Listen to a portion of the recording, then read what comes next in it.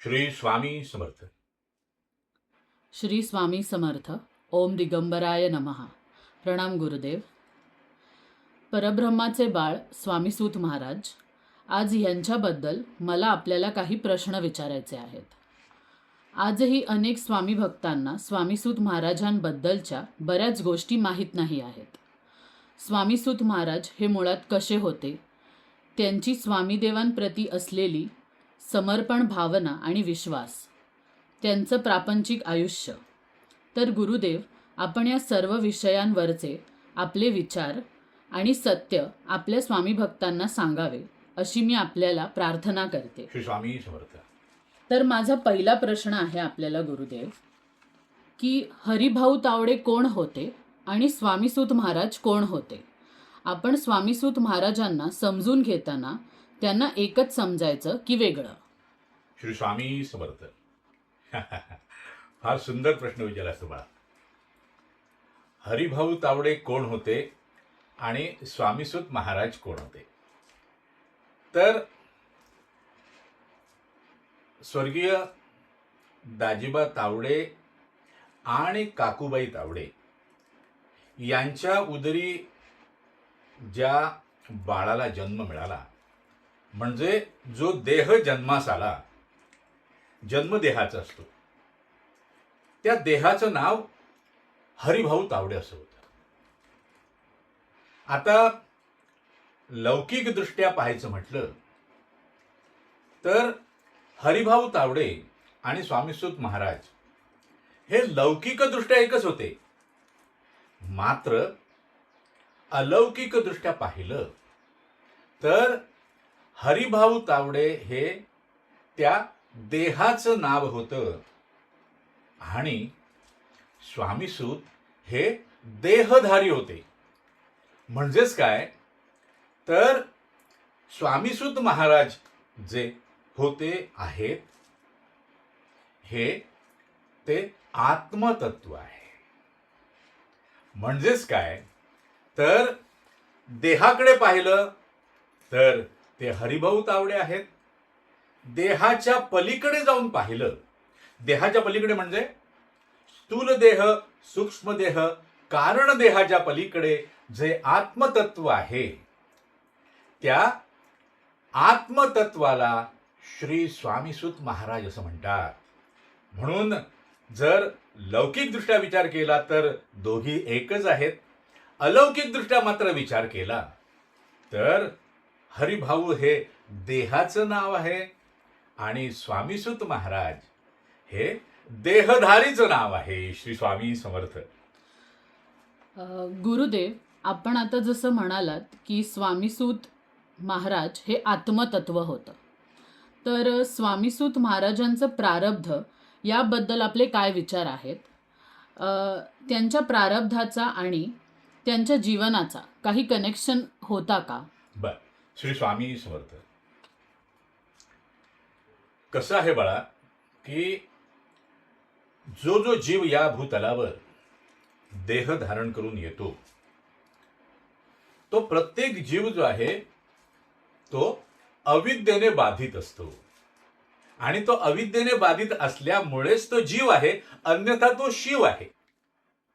आणि प्रत्येक जीवाचं जे जीवन आहे ना, तो पूर्णतः त्याच्या प्रारब्धाचाच खेळ असतो. होय. त्यामुळे स्वामीसूत महाराज या भूतलावर देह धारण करून आले हरिभाऊ तावडे म्हणून. सुरुवातीला ते त्यांच्या विलिये गावामध्ये होते. विलिये गावामध्ये लहानाचे मोठे झाले. त्यानंतर ते मुंबईला आले. मुंबईमध्ये त्यांना म्युनिसिपाल्टीमध्ये नोकरी मिळाली. नोकरी करत असतानाच त्यांना त्यांच्या वश होऊन प्रारब्धानुसार त्यांनी आपूचा धंदा केला. प्रारब्धानुसार त्यामध्ये नुकसान आलं. प्रारब्धानुसारच त्यांना स्वामी चरणांकडे जाणारा मार्ग सापडला आणि स्वामी चरणांकडे जाणारा मार्ग सापडला आणि स्वामी चरणावर जाऊन त्यांनी जसा माथा टेकला, त्यांच्या प्रारब्धाचे बुडबुडे फुटायला सुरुवात झाली आणि हळूहळू हळूहळू स्वामी देवांच्या कृपेने, त्या परब्रह्माच्या कृपेने स्वामीसूत महाराजांचं प्रारब्ध हळूहळू लयास जाऊ लागलं आणि ज्या वेळेला त्यांचा देहत्याग घडला, जेव्हा त्यांनी समाधी घेतली स्वामीसूत महाराजांनी, त्यावेळेला त्यांचं प्रारब्ध शून्य झालं होतं. अर्थात ही त्या परब्रह्म श्री स्वामी समर्थ देवांचीच कृपा आहे. त्यामुळे प्रारब्ध जे आहे ना, ते प्रत्येकाला आहे. तसं ते स्वामीसूत महाराजांना, हरिभाऊ तावडेंना पण होतं. मात्र त्या परब्रह्माच्या पूर्ण कृपेनं त्यांचं प्रारब्ध पूर्णतः लयाला गेलं. तुझा प्रश्न काय होता आणखीन त्यामध्ये, की ते प्रारब्ध होतं का? हो हो. हो. आणि काय होतं का आणखीन, तुला विचारायचं होतं का त्यात? की त्यांचं प्रेझेंट जीवन जे त्यांनी व्यतीत केलं, हं. तर त्याचा त्यांना जे फळ मिळालं, म्हणजे स्वामी देवांचे चरण त्यांना जे मिळाले, तर हे त्या प्रारब्धामुळे मिळाले होते की ती स्वामी बाप्पांची कृपा होती त्यांच्यावरती? खरं काय आहे बाळा, हा प्रारब्धाचा खेळ आहे ना. हा प्रारब्धाचा खेळ खेळणारे तेच आहेत, परब्रह्म श्री स्वामी समर्थ. त्यामुळे प्रारब्ध जे आहे जीवाचं, ते कसं संपवायचं आणि त्या जीवाला उच्चतम कोटीमध्ये कसं घेऊन जायचं, हे तेच ठरवतात. त्यामुळे स्वामीसूत महाराजांच्या, म्हणजेच हरिभाऊ तावडेंच्या जीवनाशी त्यांच्या प्रारब्धाचा संबंध होता. होय, कनेक्शन होतं. मात्र जसं त्यांचं कनेक्शन स्वामी चरणांना जोडलं गेलं, ते जसे स्वामी चरणी कनेक्ट झाले, प्रारब्धाशी असलेलं त्यांचं कनेक्शन हळूहळू तुटायला लागलं आणि ते पूर्णतः संपलं आणि ते प्रारब्ध रहित अशा स्थितीला प्राप्त झाले आणि स्वामी देवांना जाऊन मिळाले. श्री स्वामी समर्थ.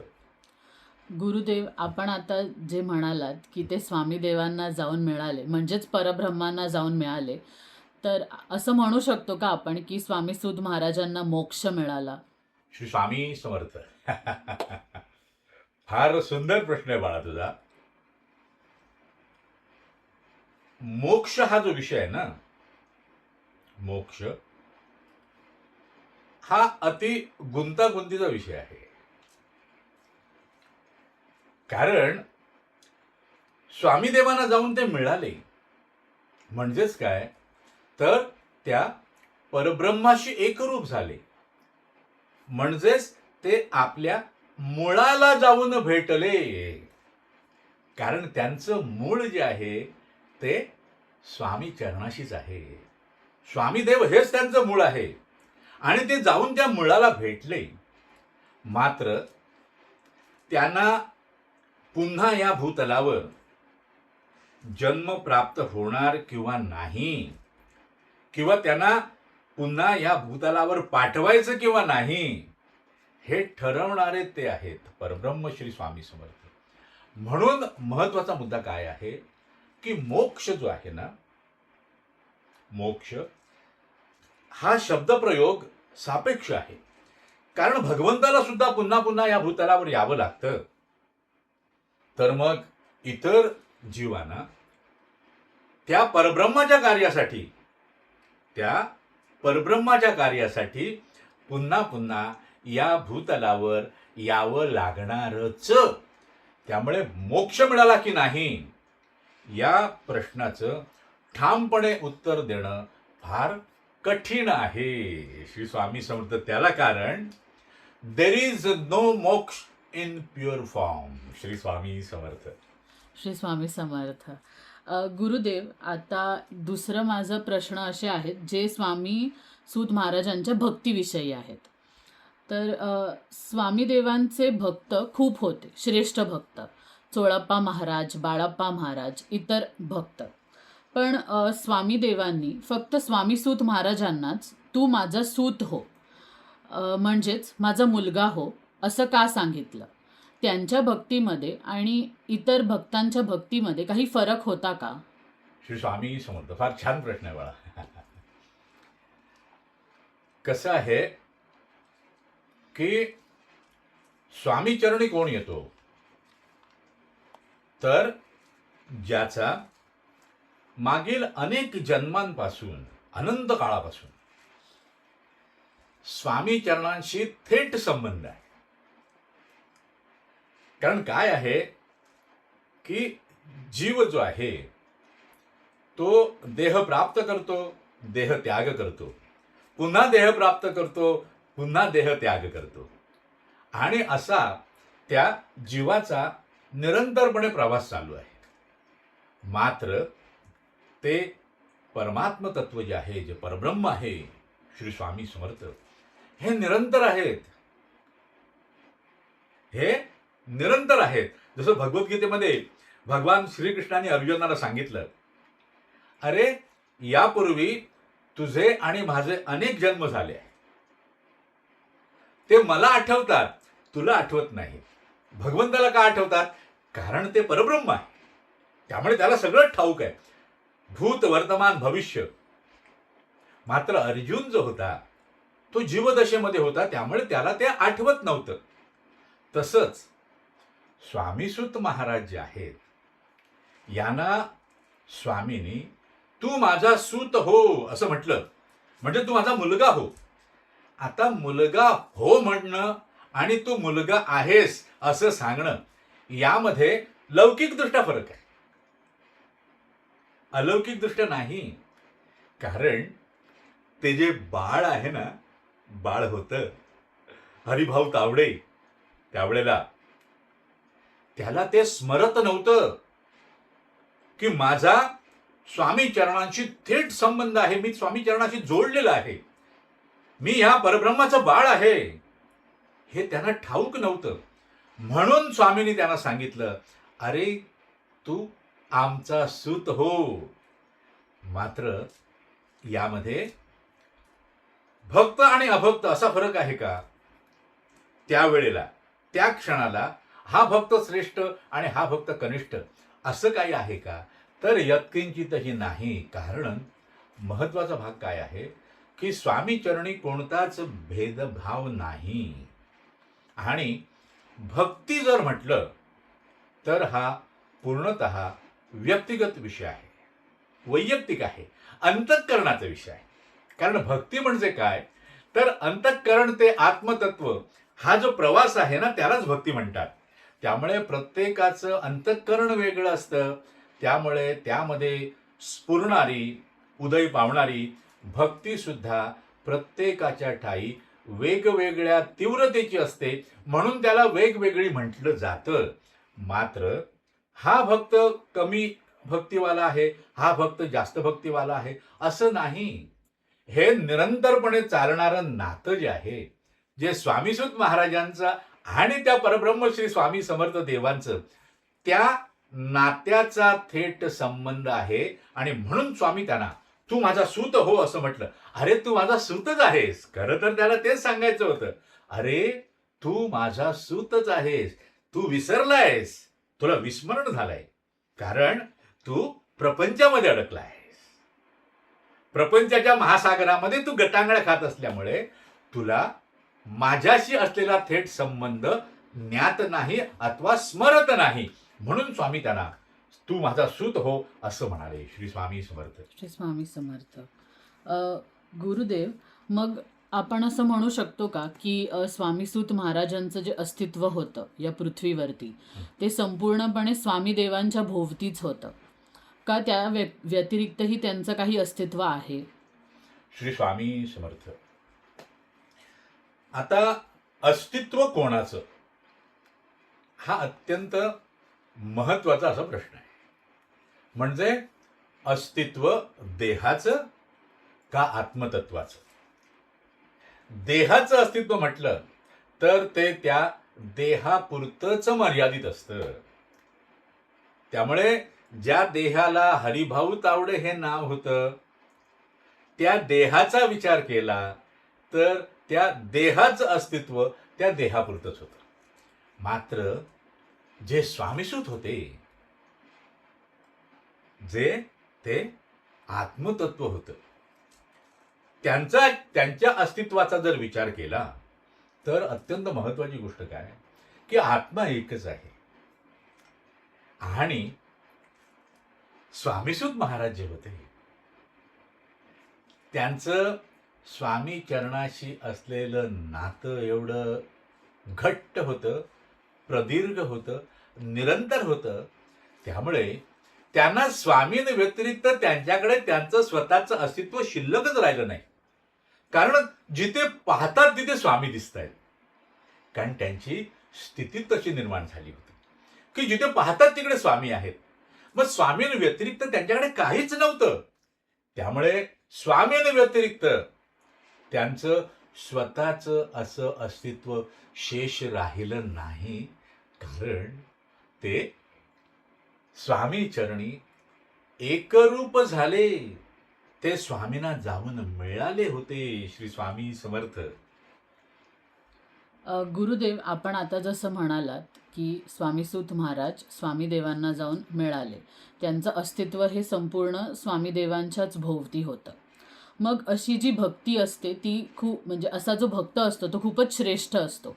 मग आजच्या युगामध्ये असा एखादा भक्त होऊ शकतो का? श्री स्वामी समर्थ.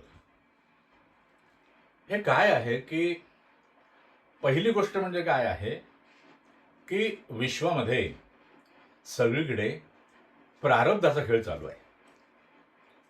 हे प्रारब्धच आहे जे प्रत्येक जीवाला त्या प्रपंचाच्या महासागरामध्ये बुडवत आहे. त्याला तरुण जाणं फार कठीण झालेलं आहे. आणि कलियुगाचा प्रभाव एवढा प्रचंड आहे. त्यामुळे कोणत्याही काळामध्ये जर श्रेष्ठ भक्ताचा जन्म व्हावयास हवा असेल तर त्यासाठी त्या परब्रह्माचीच कृपा लागते. उद्या एखाद्याने म्हटलं की आता मी स्वामींची भक्ती करणार आणि मी सर्वश्रेष्ठ भक्त होणार, तर त्याच्यावर जोपर्यंत यांची पूर्ण कृपा होत नाही तोपर्यंत त्याच्याकडून भक्ती देखील घडत नाही. त्यामुळे आपण जर असा विचार केला की अरे बाबा, स्वामीसूत महाराज हे स्वामींच्या भक्तीतील एक अनमोल असं रत्न होतं. तसं रत्न पुन्हा या भूतलावर सापडेल का? सापडू शकतं, पण कधी? जेव्हा परब्रह्म श्री स्वामी समर्थ देवांची पूर्ण कृपादृष्टी होईल. कारण स्वामीसूत महाराज म्हणजे प्रत्यक्ष वैराग्याची मूर्ती होते. होय.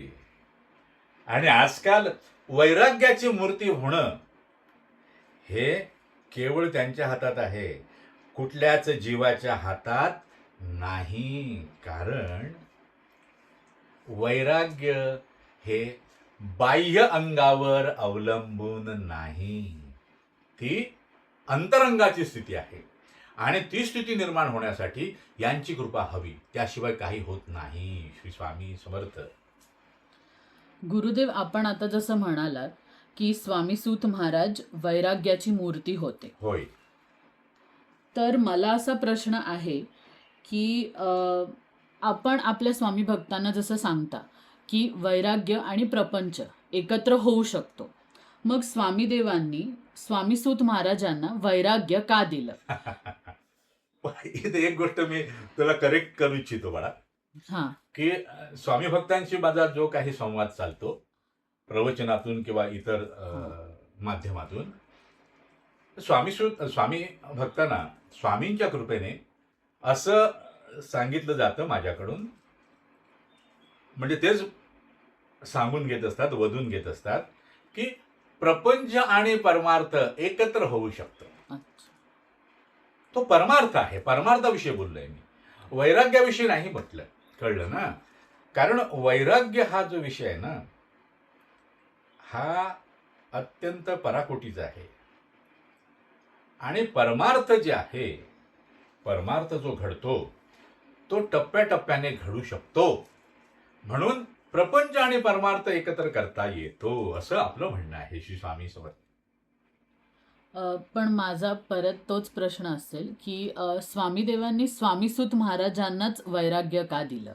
इतर भक्तांना का असं त्यांनी सांगितलं नाही की तुम्हीही वैराग्य घ्या करून किंवा असं? त्याने असं कोणाला सांगितलं नाही की तू वैराग्य घे. अच्छा. त्याने सगळ्यांना सोन्याचे कांबी वगैरे दिलेले आहेत. कळलं ना, हे घे जा, आपला संसार उत्तम रीतीने कर, आमचं स्मरण ठेव, असं प्रत्येक भक्ताला त्यांनी सांगितलं. मात्र स्वामीसूत महाराजांना त्यांनी सांगितलं काय, तू माझा सूत हो आणि आता तू तुझा संसार लुटवून टाक. हे तर ना. आणि गुरूंच्या वचनावर पूर्ण विश्वास असलेला असा तो भक्त होता, गुरुभक्त होता, ज्याने स्वामींच्या मुखातून निघालेला प्रत्येक शब्द जसाच्या तसा आपल्या तीनही देहांवर घेतला. स्थूल देह, सूक्ष्म देह आणि कारण देह जसंच्या तसं स्वीकारलं. आणि स्वामींनी जसं म्हटलं की तुझा संसार लुटवून टाक, त्यांनी अक्षरशः लौकिक आणि अलौकिक दृष्टीने आपला संसार लुटवून टाकला. कारण कसं आहे बाळा,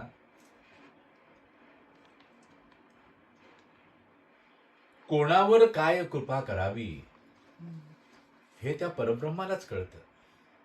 कारण त्यांचंच एक वचन आहे, तुला सांगतो स्वामींचं. अरे, समोरच्या माणसाची कुवत पाहून त्याला प्रसाद दे. कारण तू त्याला प्रसाद दिलास तरी तो प्रसाद त्याला झेपला पाहिजे, पचला पाहिजे. लक्षात आलं ना. म्हणून स्वामीसूत महाराजांवर तशी कृपा का झाली, स्वामीसूत महाराजांना संसार लुटवायला का सांगितलं, स्वामीसूत महाराजांना वैराग्य का दिलं तुझ्या म्हणण्यानुसार? कारण त्यांची तशी काय होतं, कुवत होती. हो. त्यांच्याकडे तशा आवश्यक असलेल्या गोष्टी होत्या. वैराग्य झेपवण्याची त्यांच्याकडे क्षमता होती. आणि ती या जन्मात निर्माण झालेली नाही, तर मागील अनंत जन्मातील स्वामी चरणांचा संग त्यांना लाभलेला आणि त्याच्यातून त्यांच्या ठाई निर्माण झालेली ती क्षमता होती. आणि म्हणून त्यांना सांगितलं, त्यांना दिलं वैराग्य. तू म्हणाली तसं. श्री स्वामी समर्थ. श्री स्वामी समर्थ. मग गुरुदेव, स्वामी देवांनी जेव्हा स्वामीसूत महाराजांना असं सांगितलं की तू माझा सूत हो, तुझा संसार लुटवून टाक, एका भक्तासाठी ती सर्वोच्च गोष्ट होती जी त्यांना स्वामीदेवांकडून प्राप्त होऊ शकते. पण स्वामीसूत महाराज, त्यांच्या पत्नी होत्या, त्यांना मुलगी होती एक. मग त्यांच्यासाठी त्यांच्या आयुष्यावरती झालेली ही स्वामीदेवांची कृपा होती का शिक्षा? स्वामी समर्थ. कसं आहे बाळा, आंब्याच्या झाडाला आंबाच लागतो, त्याला कारलं नाही लागत. हे झालं ना. किंवा त्याला चिकू नाही लागत. तसंच आहे, कोणाची पत्नी होणार हे त्या कन्येच्या, स्त्रीच्या नशिबामध्ये असतं, प्रारब्धामध्ये असतं. आणि कोणाच्या उदरी कन्या म्हणून जन्मास येणार हे त्या कन्येच्या प्रारब्धामध्ये असतं. हे झालं ना. त्यामुळे स्वामीसूत महाराजांच्या सौभाग्यवती ज्या होत्या, कळलं ना, त्या साध्वींची सुद्धा, त्या मातेची सुद्धा तेवढी क्षमता होती, म्हणूनच त्या स्वामीसूत महाराजांच्या पत्नी म्हणून त्यांना जन्म मिळाला होता. लक्षात घे. कारण जर त्यांच्यामध्ये क्षमता नसती तर त्या त्याच वेळेला कोलमडून पडल्या असत्या. लक्षात घे. कारण स्वामीसूत महाराज हं. आनंदाने अक्कलकोटला गेले, हो. स्वामींनी सांगितल्याप्रमाणे चांदीच्या पादुका बनवून, आणि परत ज्या वेळेला गेले तेव्हा अगदी सुंदर प्रापंचिक माणूस गेले, आणि परत जेव्हा आले भगवी वस्त्र परिधान करून, आणि दरवाजात येऊन त्यांनी जेव्हा दरवाजावर थाप मारली, त्यावेळेला नक्की काय झालं तर त्या हरिभाऊ तावडेंच्या ज्या पत्नी होत्या त्यांचा जो प्रपंच होता हं. त्या प्रपंचामध्ये ते वैराग्य घुसलं. आणि ज्या वेळेला प्रपंचामध्ये वैराग्य घुसतं ना त्यावेळेला तो प्रपंच राहत नाही. त्या प्रपंचाची राख रांगोळी होते आणि ते भस्म धारण करावं लागतं बाळा. त्यामुळे ही स्वामींची कृपा होती का शिक्षा होती? मी म्हणेन ती त्यांच्यावर झालेली स्वामीदेवांची पूर्ण कृपा होती, असं माझं मत आहे. हं. माझ्या अंतरंगामध्ये स्वामीदेवांनी जे विचार निर्माण केलेले आहेत, माझ्या अंतरंगामध्ये ज्या भावनांना स्वामीदेवांनी उदय केलेला आहे, त्यानुसार मला असं वाटतं की त्या साध्वीवर स्वामीदेवांनी केलेली ही कृपाच होती. आणि त्यांचं जे बाळ होतं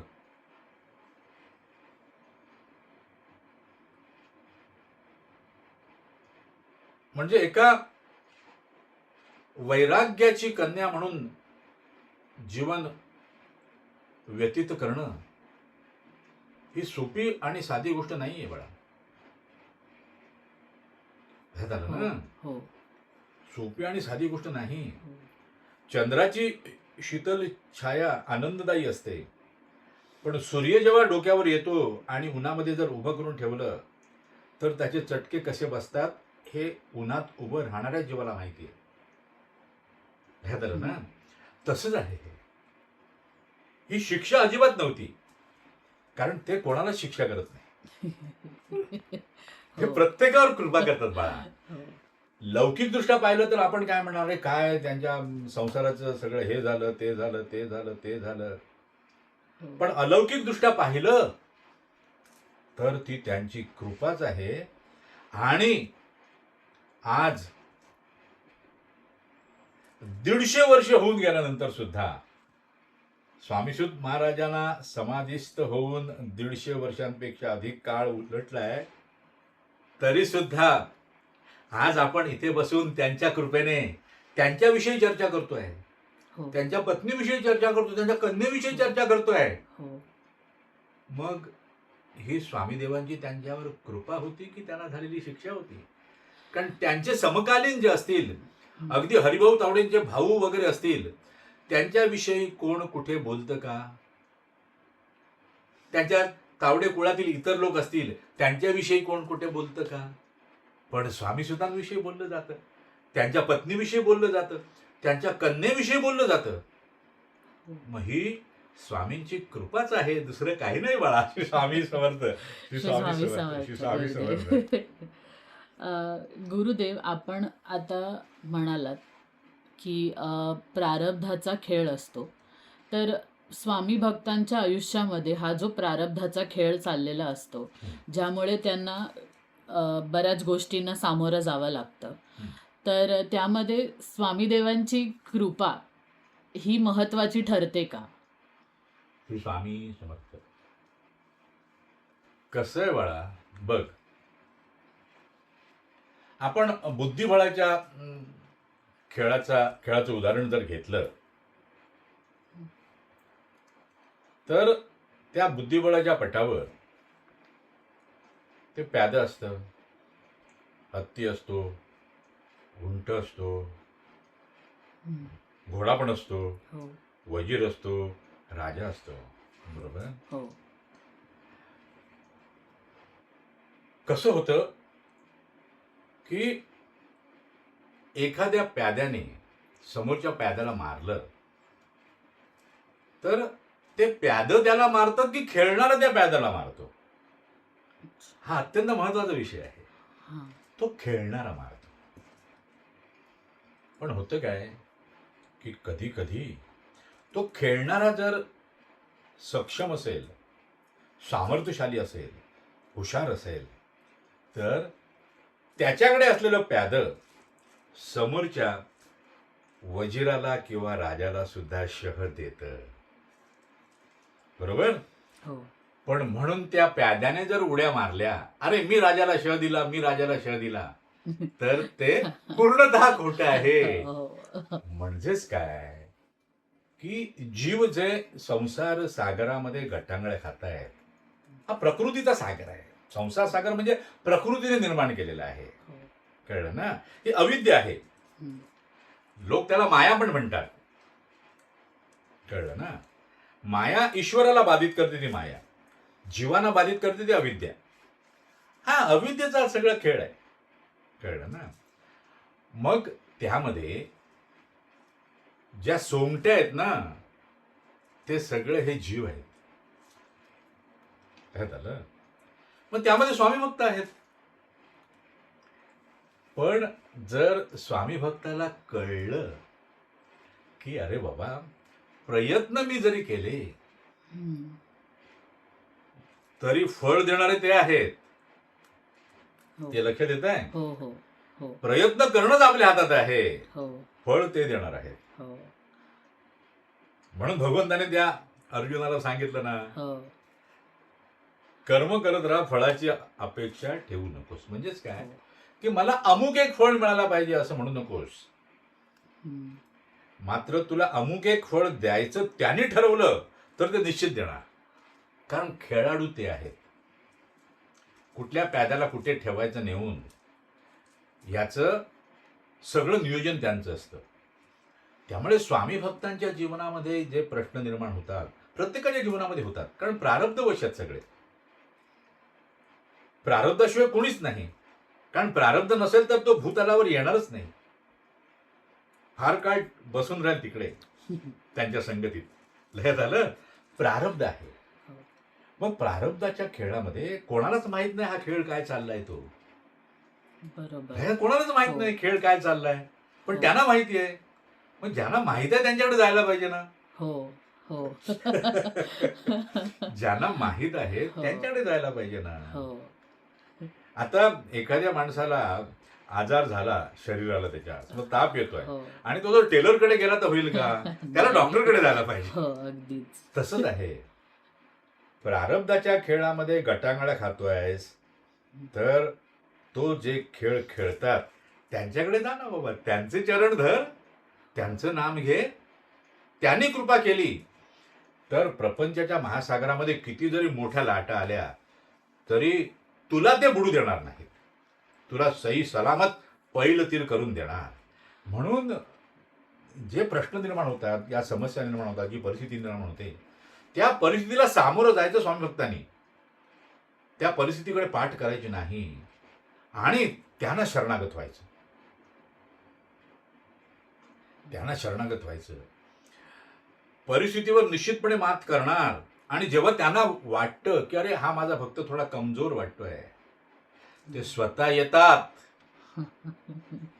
त्या परिस्थितीला नेस्तनाबूत करतात आणि भक्ताला विजयी करतात. हो.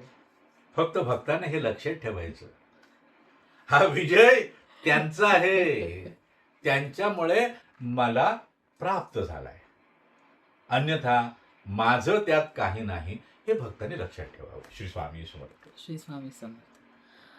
गुरुदेव, मगाशी आपण एका प्रश्नाचं उत्तर देताना असं म्हणालात की वैराग्य, परमार्थ आणि प्रपंच याबद्दल आपण आपल्या भक्तांना सांगितलं. तर मला प्रश्न असा आहे की वैराग्य आणि परमार्थ यात फरक काय आहे, समजून घ्यायचा आहे मला. श्री स्वामी समर्थ.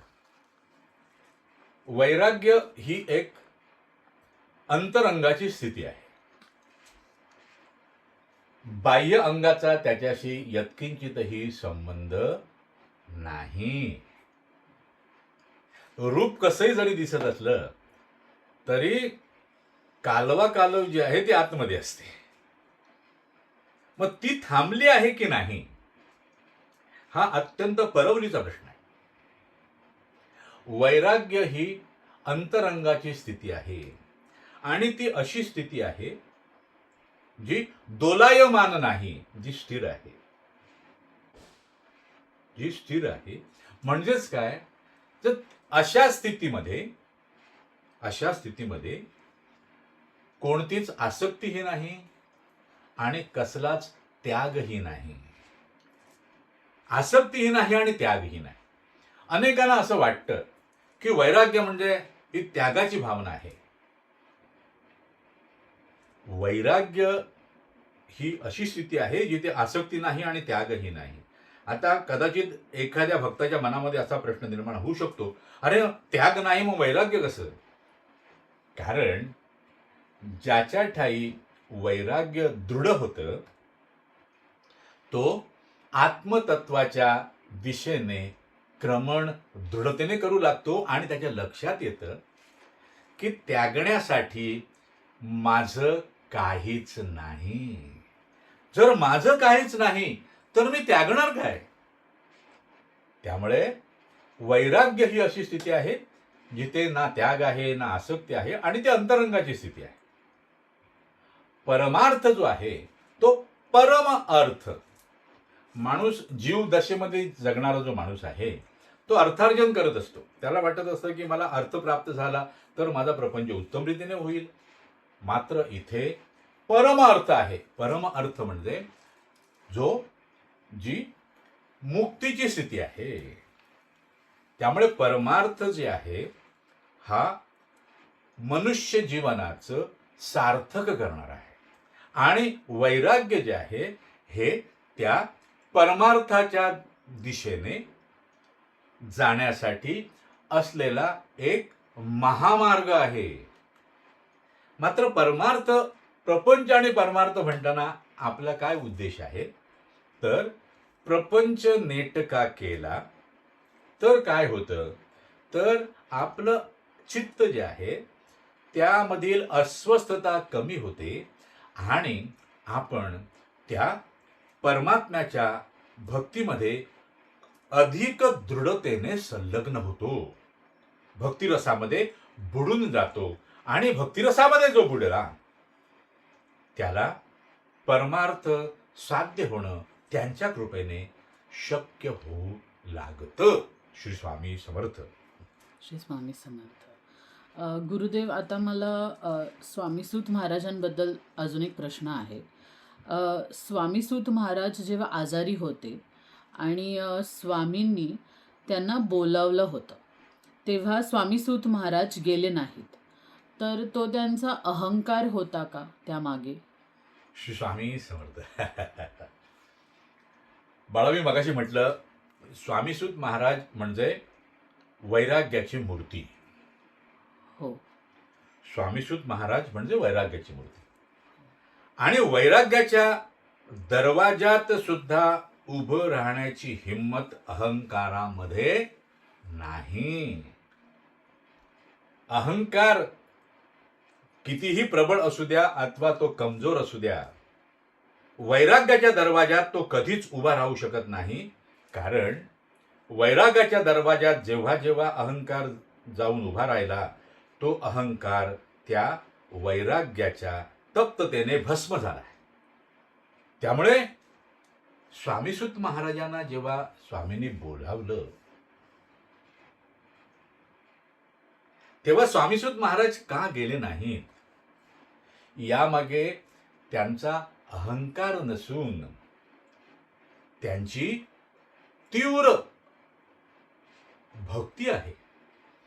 कारण त्या अगोदर स्वामीदेवांनी स्वामीसूत महाराजांना सांगितलं होतं, आता आम्ही उत्तर हिंदुस्थानात निघून जाणार आहोत, तेव्हा तुम्ही इथे येऊन गादी सांभाळून राहावं. आणि स्वामीसुत महाराज म्हणजे त्यांच्यासारखा शिष्यही नाही आणि त्यांच्यासारखा भक्तही नाही. मला आपल्याशिवाय दुसरं काही नकोय. मला गादीही नकोय, मला नावही नकोय, काहीच नकोय. मला फक्त आपण हवे आहात. त्यामुळे मी जर अक्कलकोटला आलो तर हे अक्कलकोट सोडून उत्तर हिंदुस्थानात निघून जातील, हा विचार निरंतरपणे स्वामीसुत महाराजांच्या अंतरंगामध्ये घोळत असल्यामुळे ते अक्कलकोटला स्वामींनी बोलावून सुद्धा आलेले नाही.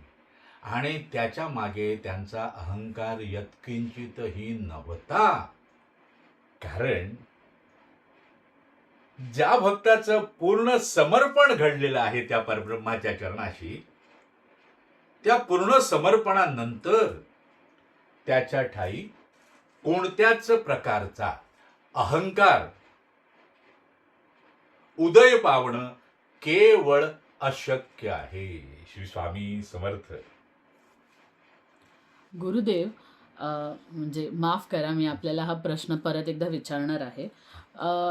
जसं स्वामी देव जे आहेत ते परब्रह्म आहेत, तर त्यांनी जेव्हा आपल्या सुताला जेव्हा असं सांगितलं की तू ही गादी सांभाळ करून, तर ते तर परब्रह्माचं वचन होतं. आणि स्वामीसूत महाराज तर स्वामीदेवांच्या वचनावरती विश्वास ठेवणारे होते. मग त्यांनी ते नाकारलं आणि त्यांनी जेव्हा स्वामीदेवांना सांगितलं की मला फक्त आपण हवे आहात, तर आपल्या गुरुचं वचन नाकारणं म्हणजे हे अहंकार नाही का? म्हणजे त्याला अहंकारच म्हणता येईल ना? प्रश्न चांगला आहे, मात्र निष्कर्ष चुकीचा आहे. प्रश्न चांगला आहे, निष्कर्ष चुकीचा आहे. अच्छा. कळलं ना? प्रश्न कसं आहे की स्वामींनी ज्या वेळेला त्यांना म्हटलं की आता तुम्ही येऊन गादी सांभाळून असावं, सांभाळून राहावं. कसं आहे बाळा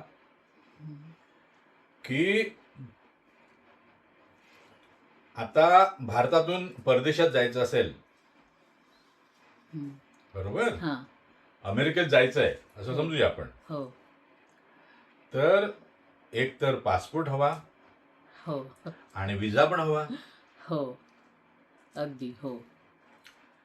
स्वामीदेवांचं हे जे सांगणं होतं ना, तुम्ही आता गादी सांभाळून राहावं, हा स्वामीसूत महाराजांकडे विजा आहे किंवा नाही हे तपासून पाहणं होतं. लक्षात ठेवायचं. अच्छा. म्हणजे माझ्याशी एकरूप होण्यासाठी हा पूर्ण तयार झालाय, पण तरी सुद्धा एक दगड मारून बघूया, मडकं फुटते का बघूया. लक्षात आलं? बरोबर. हो हो. कच्चा मडका भाज दिया असं ते वामनबुवा वामुरीकरांना म्हणाले होते. पण स्वामीसूत महाराजांना तसं नाही म्हणाले. कारण स्वामीसूत महाराज हे मुळातच पक्क मडकं होतं. लक्षात आलं? हो. त्यामुळेच ते दगड मारल्यानंतर त्याला तडा गेला नाही. ते म्हणाले नाही, आम्हाला गादी नको, आम्हाला फक्त मला आपण हवे आहात. लक्षात आलं बाळा? हे कसं आहे, लौकिक दृष्ट्या लोक वेगवेगळे त्याचे अर्थ काढू शकतात, हो. पण त्यांच्या कृपेने अलौकिक दृष्ट्या तिकडे पाहता आलं पाहिजे. कारण हा जो खेळ आहे ना, स्वामीसूत महाराज आणि परब्रह्मश्री स्वामी समर्थ यांच्यामधला जो संवाद आहे, यांच्यामधला जो संबंध आहे, हो. त्यांच्यामधली जी जोडणी आहे ती लौकिक नाहीये बाळा. हो. ती त्याच्या पलीकडे अलौकिक आहे. म्हणून त्याच्याकडे अलौकिक दृष्टीनेच पाहणं अत्यंत आवश्यक. आणि तसं पाहिलं त्यांच्या अर्थात त्याच्यावर त्यांची कृपा लागते, त्याशिवाय पाहता येत नाही. लक्षात आलं ना? त्यामुळे आजही काही लोक म्हणतात अरे काय स्वामीसूत महाराज अहंकारी होते. अरे अहंकार त्यांच्या चरणाशी उभा पण राहू शकत नाही बाबा, कारण ते वैराग्य मूर्ती होते. श्री स्वामी समर्थ. श्री स्वामी समर्थ. आपलं आत्ताचं हे उत्तर ऐकून बरेच स्वामी भक्तांना जे नेहमी प्रश्न पडतात अहंकार आणि स्वामीसूत महाराजांबद्दल किंवा जो गैरसमज आहे त्यांच्या मनातला तो पूर्णपणे निघून गेला असेल आज नक्कीच. श्री स्वामी समर्थ. गुरुदेव, थँक्यू, तुम्ही या सगळ्या प्रश्नांची उत्तरं दिली. तर आपण हा पॉडकास्ट इथेच थांबवूया. आपली आशीर्वाद सर्व स्वामी भक्तांवर सदैव असू देत. श्री स्वामी समर्थ. श्री स्वामी समर्थ. श्री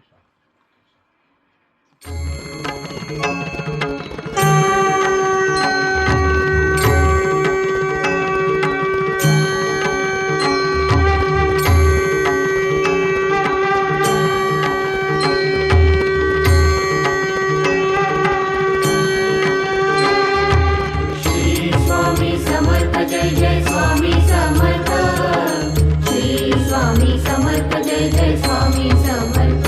महाराज श्री स्वामी समर्थ. जय जय स्वामी समर्थ. श्री स्वामी समर्थ. जय जय स्वामी समर्थ. श्री स्वामी समर्थ.